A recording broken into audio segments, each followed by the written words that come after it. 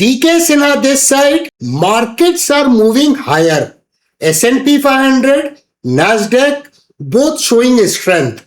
But the bigger picture is not that simple. Oil prices are surging, bond yields are rising, and volatility is collapsing. So the real question is this rally sustainable, or are we approaching an exhaustion phase? Always remember, market returns are never guaranteed. Proper research can give you an edge in the market, but risk management should never be ignored. Let's begin. Let's first understand the global picture. US markets. This week, the S&P 500 is up around 0.91%. The Nasdaq 100 has outperformed, up 1.49%, and the Dow Jones is also positive, up 0.55%. What about Europe market? The FTSE 100 is almost flat, down about 0.15%, but importantly, it has formed a bullish pin bar at EMA 21. The DAX is also up around 0.68%, and it too is showing bullish formation at EMA 21. Asia markets, the Nikkei 225 is slightly down 0.34%, and it has formed a spinning top, which is often a warning signal near the market highs. The Hang Seng is down 0.78%, but the downside momentum is still weak. The Nifty 50 is marginally positive, up 0.42%, but it is facing some kind of resistance near EMA 21 and EMA 55. Let me ask you a question. What does a spinning top candle at the market highs typically indicate? Option A, strong bullish continuation. Option B, loss of momentum or indecision. Share your answer in the comments. Intermarket analysis. Now let us connect the dots through intermarket signals. In just last 5 days, oil has surged nearly 6.8%, reaching around $113. Rising oil prices often signal potential inflationary pressure. US 10-year bond yield is also rising, now around 4.37%. This is very important because rising yields typically indicate tightening liquidity. The fear and greed index, the index currently stands at 67, which puts the market in the greed zone. Put call ratio, the put call ratio is at 0.76, which still reflects underlying caution or fear in the system. And here is the most interesting part. VIX has dropped nearly 9% this week. In fact, it has cooled off by more than 45% over the last 5 weeks. This kind of sharp decline in volatility can sometimes signal complacency. When multiple signals start diverging like this, markets are not stable. They are in an unstable equilibrium. Here is the another question for you. When VIX falls sharply while the markets are rising, what does it typically signal? Option A, market confidence. Option B, complacency risk. Let me know your answer in the comment section. Macro developments. Now let us look at the macro environment. UK exports to US have dropped by around 25% following tariff actions taken last year. The UK is now running a trade deficit with its largest trading partner. At the same time, there are mixed policy signals. Tariffs on Scotch whisky are now being removed. On the US side, core inflation stands at 3.2% and economic growth for the first quarter is around 2%, slightly below expectations. So the takeaway is quite clear. The economy is not weak, but it is not strong enough to fully justify an aggressive rally. And now comes the most important part, because macro signals gives context, but the price gives confirmation. Let us move to the charts and decode what S&P 500 and Nasdaq 100 are telling us. Now we are referring to the weekly price chart of S&P 500 index, which finally closed at 7,230.11 this week. Look at the price action. What do you see? After a lot of resistance over here, it has given a breakout. But is this breakout a healthy? No, because it is a parabolic rise. This is jump of over 14% without any correction. If you look closely at the price action, EMA 21 currently stands at 6,829.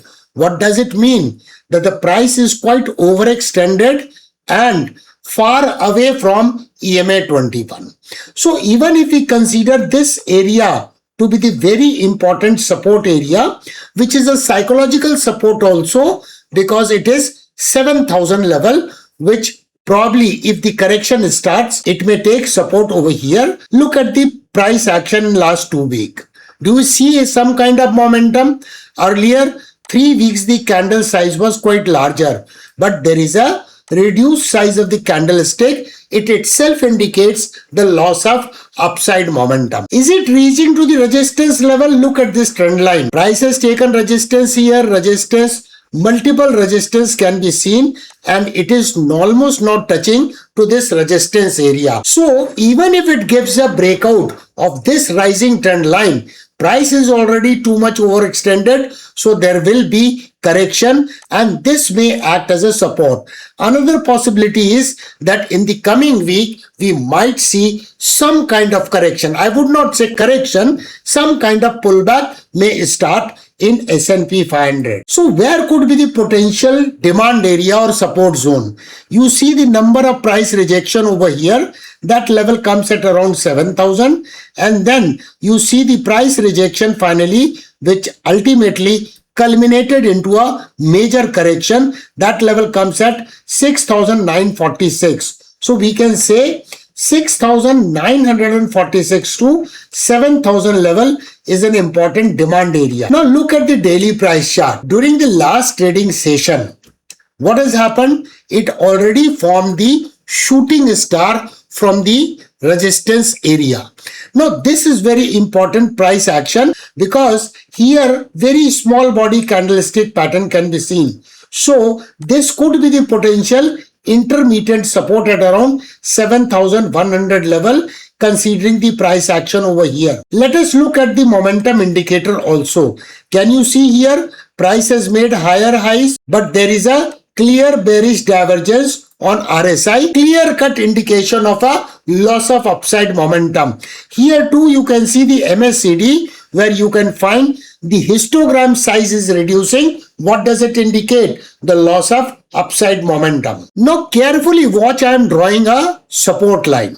I am drawing a trend line which might act as a support area. Can you see this? Price has taken support here, taken support here, then it became the resistance, and now this is coinciding with EMA 21. So this zone becomes an important demand area where there is a confluence of EMA 21. This trend line, which was earlier acting as a support, post breakout should act as a support area. But post correction, what is the possibility on upside move?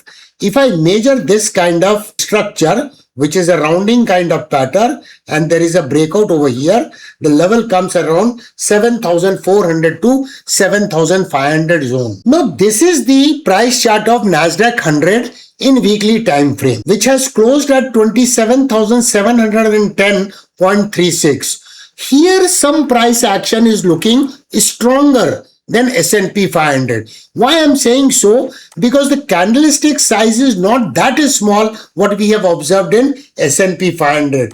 And then if I see the resistance similar to that what we have seen in S&P 500, price got rejected here, price got rejected here, price got rejected here. It has not yet touched this resistance line. So there might be some upside move. Either it gaps up and then correction starts. So where could be the potential support area? Look at this price rejection, and this is the verdict during the consolidation. So 25,800 to 26,100 is the important demand area as per the price action in weekly time frame. Now we are referring to the daily price chart of Nasdaq 100. What we can see here, price rejection, price rejection, price rejection. So this was earlier a supply zone, should act as a demand area, what we have discussed in the weekly time frame. And little above is the EMA 21. So this should act as a dynamic support as well. Now can we draw another trend line? I am drawing the another trend line. This trend line is very significant. Why this trend line is significant? Resistors, resistors, resistors. So this trend line may act as a intermittent support in Nasdaq 100. Now let us check the momentum indicator.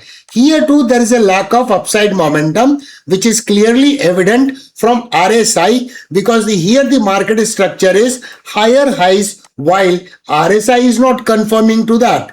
And there is a reduced size of histogram and the price is quite overextended far away from EMA 21 and EMA 55. But what could be the potential next level in Nasdaq 100? Because after the correction, because it is trading in the markup phase, so post correction or pullback, there will be trend resumption. When the trend resumes, what could be the potential level, next level? I have used the price pattern over here, which is a significant breakout. So the next level comes at around 28,300, which is nothing but 61.8% expansion level. So here is the key takeaway. The S&P 500 has reached a major resistance area. Now there are visible signs of exhaustion on the charts. So the big question is, will the market respect this level or break higher after consolidation? Do you think the S&P 500 will hold the 7,000 support level, which also aligns with EMA 21 confluence? Or are we heading towards a deeper correction or pullback? Share your view in the comments. I would like to hear your perspective. Keep learning from 0 to 0 playlist on our main channel. Looking forward to meet you in the next video. Till then, be disciplined. Take care.